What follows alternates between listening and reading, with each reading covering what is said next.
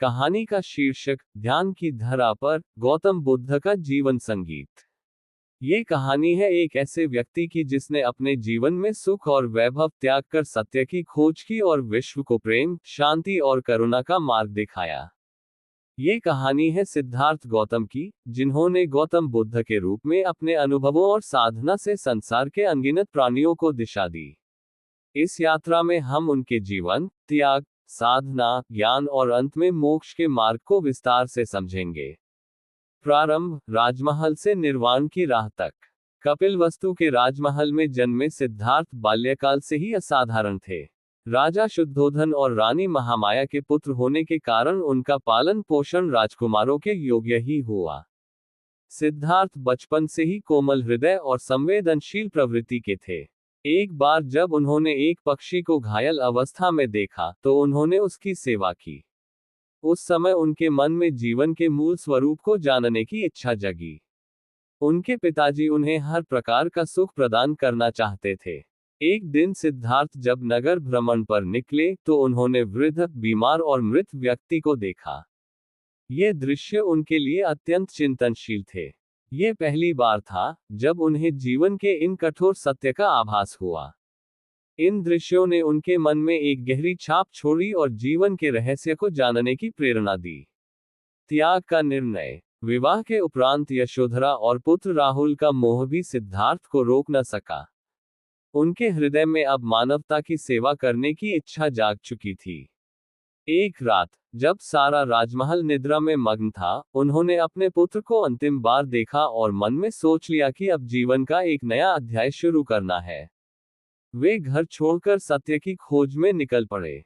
गहन साधना और तपस्या करते हुए वे कई ऋषियों और आचार्यों के पास गए, परंतु किसी से भी उन्हें संपूर्ण संतोष नहीं मिला।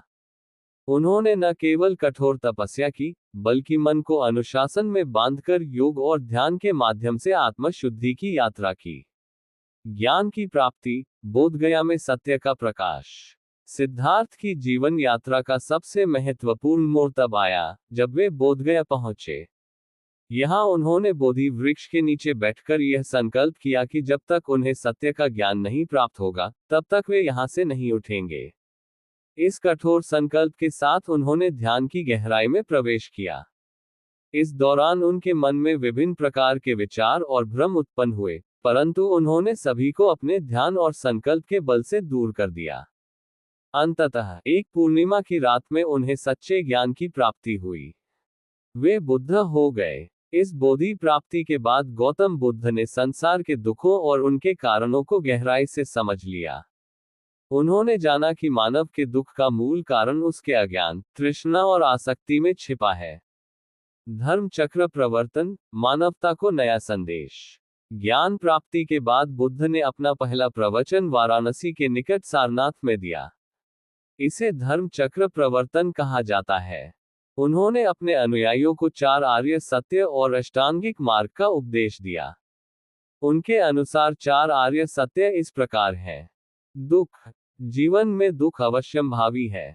दुख का कारण तृष्णा और मोह है। दुख का निरोध। तृष्णा के नाश से दुख का अंत होता है।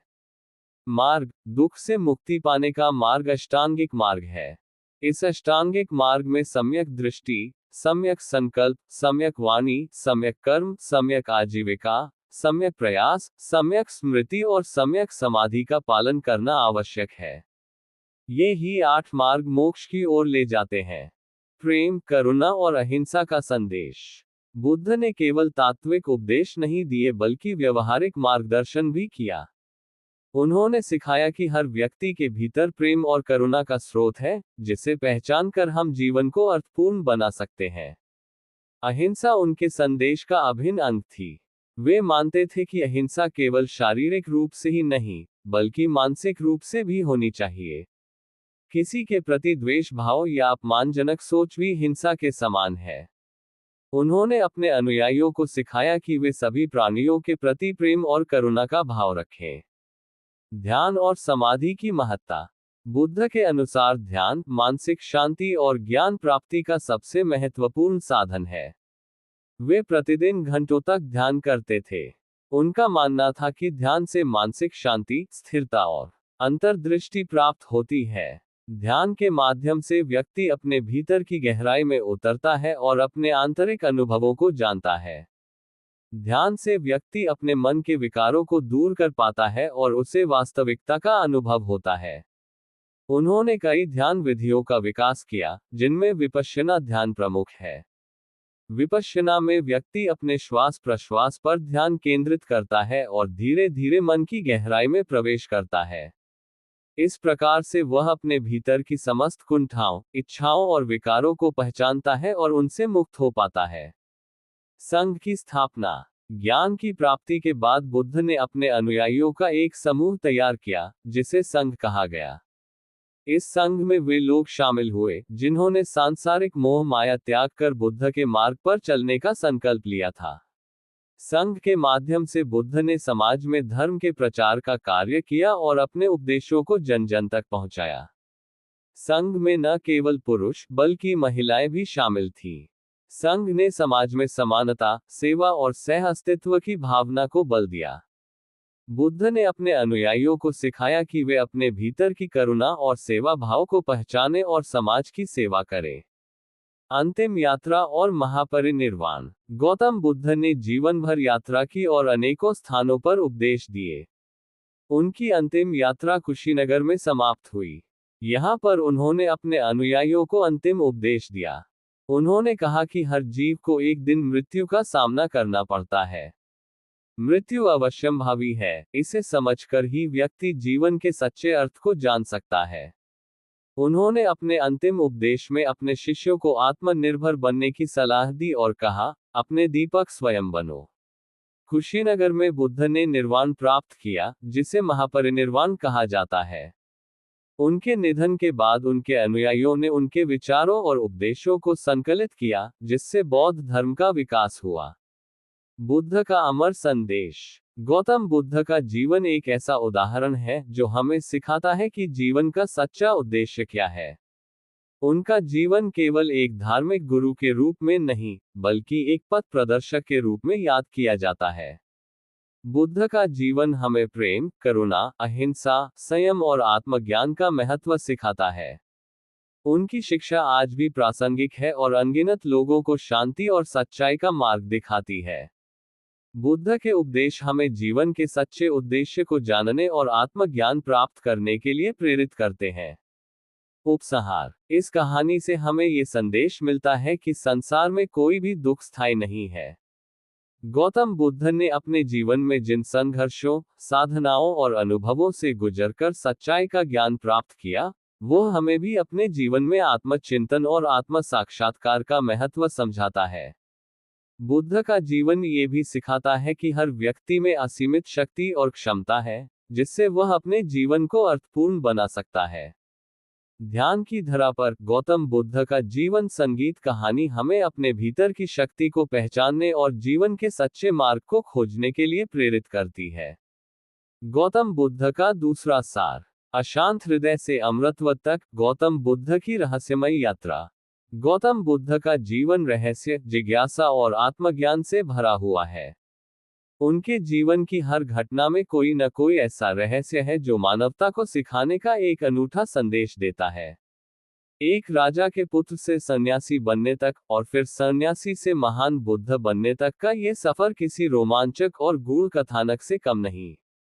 इस कहानी में हम सिद्धार्थ के बचपन से लेकर उनके अंतिम दिनों तक के अनुभवों का वर्णन करेंगे, जो न केवल हमें ध्यान और आत्मचिंतन की राह पर चलने के लिए प्रेरित करते हैं, बल्कि जीवन के गूढ़ रहस्यों को भी उजागर करते हैं।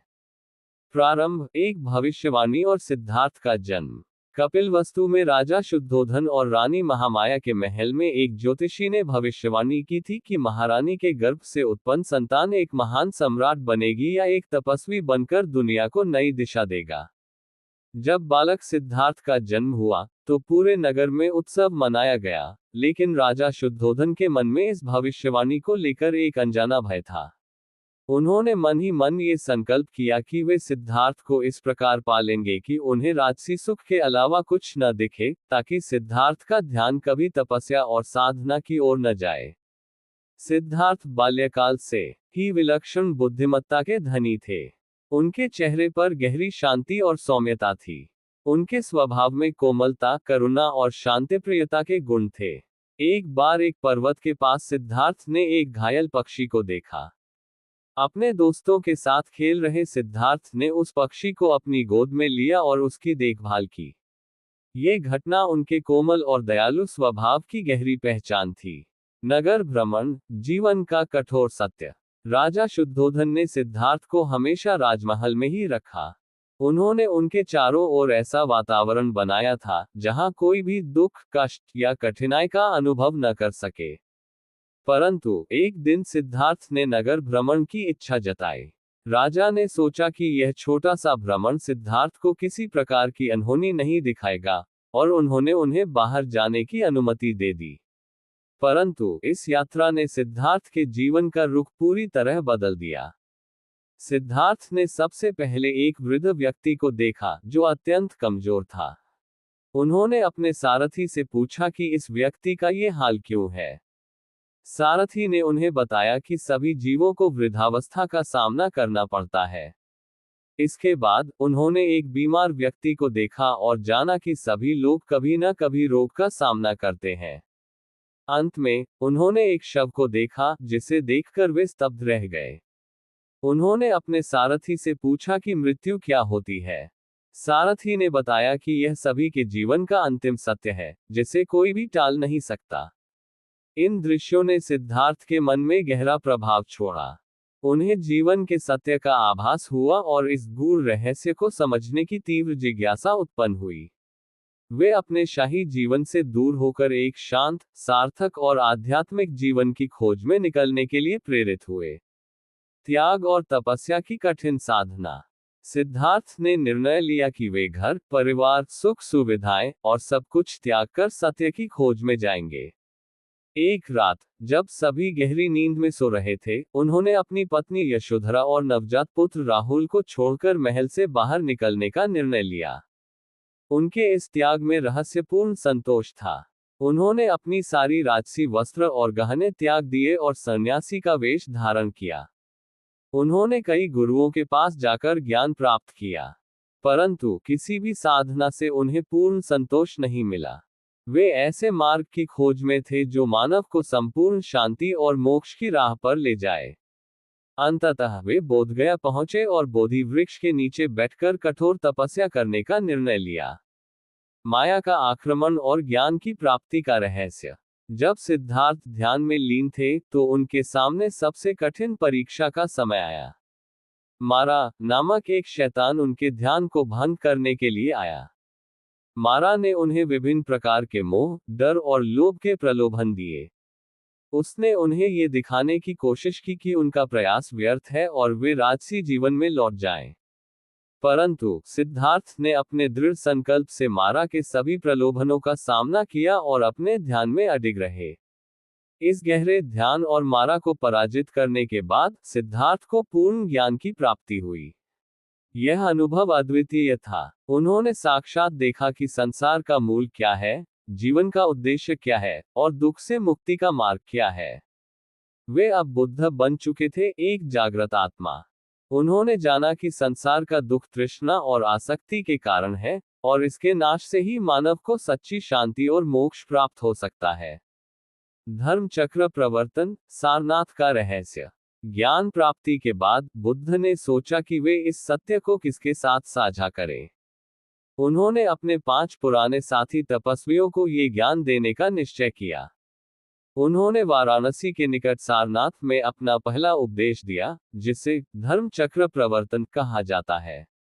उन्होंने अपने शिष्यों को 4 आर्य सत्य का उपदेश दिया। दुख। जीवन में दुख अवश्यंभावी है। दुख का कारण तृष्णा, मोह और अज्ञान दुख का कारण है। दुख का निरोध, तृष्णा का नाश करने से दुख का अंत हो सकता है। मार्ग। दुख से मुक्ति पाने का मार्ग अष्टांगिक मार्ग है। बुद्ध ने अपने उपदेश को रहस्यमय रूप में प्रस्तुत किया ताकि शिष्य उसमें डूबकर उसका अर्थ समझने की चेष्टा करें। उन्होंने अष्टांगिक मार्ग का भी रहस्य खोला, जिसमें उन्होंने सम्यक दृष्टि, सम्यक संकल्प, सम्यक वाणी, सम्यक कर्म, सम्यक आजीविका, सम्यक प्रयास, सम्यक स्मृति और सम्यक समाधि का पालन करने का मार्ग दिखाया। संघ की स्थापना, एक रहस्यमयी समाज। बुद्ध ने अपने शिष्यों को साथ लेकर एक संघ की स्थापना की, जो एक अनूठा समाज था। संघ में सभी लोग सांसारिक मोह माया से परे थे। संघ में सभी को समान रूप से आदर और प्रेम मिलता था। संघ का उद्देश्य था सभी को शांति, करुणा और अहिंसा का मार्ग दिखाना। संघ में वे लोग भी शामिल हुए जो पहले उच्च जाति के होने के कारण दूसरों से अलग माने जाते थे। संघ का वातावरण सभी के लिए समान और स्वतंत्र था। संघ ने समाज में प्रेम, सह अस्तित्व और सहिष्णुता का नया संदेश फैलाया। रहस्यपूर्ण ध्यान और समाधि का मार्ग। बुद्ध ने ध्यान की गूढ़ विधियों का प्रचार किया। उनका ध्यान का मार्ग रहस्यमय और अद्भुत था। वे प्रत्येक शिष्य को उसके व्यक्तित्व के अनुसार ध्यान का मार्ग बताते थे। उन्होंने विपश्यना ध्यान सिखाया, जिसमें व्यक्ति अपने श्वास प्रश्वास को देखकर अपने मन के विकारों से मुक्त हो सकता है। यह विधि रहस्यमय प्रतीत होती थी, क्योंकि इसमें आत्मा के गहरे तलों में प्रवेश करने की क्षमता थी। बुद्ध ने अपने अनुयायियों को सिखाया कि ध्यान से व्यक्ति अपने भीतर की गहराइयों में उतरकर शांति, स्थिरता और करुणा का अनुभव कर सकता है। उनका ध्यान मार्ग इतना गहरा और रहस्यपूर्ण था कि इसके माध्यम से अनेक शिष्यों ने आत्मज्ञान की प्राप्ति की। महापरिनिर्वाण, मोक्ष का अंतिम रहस्य। गौतम बुद्ध के जीवन की अंतिम यात्रा कुशीनगर में समाप्त हुई। वे जानते थे कि उनका अंतिम समय निकट है। उन्होंने अपने शिष्यों को अंतिम उपदेश दिया कि हर प्राणी को अपने अंदर के दीपक को जलाने की आवश्यकता है। बुद्ध ने अपने अनुयायियों को आत्मनिर्भर बनने की प्रेरणा दी।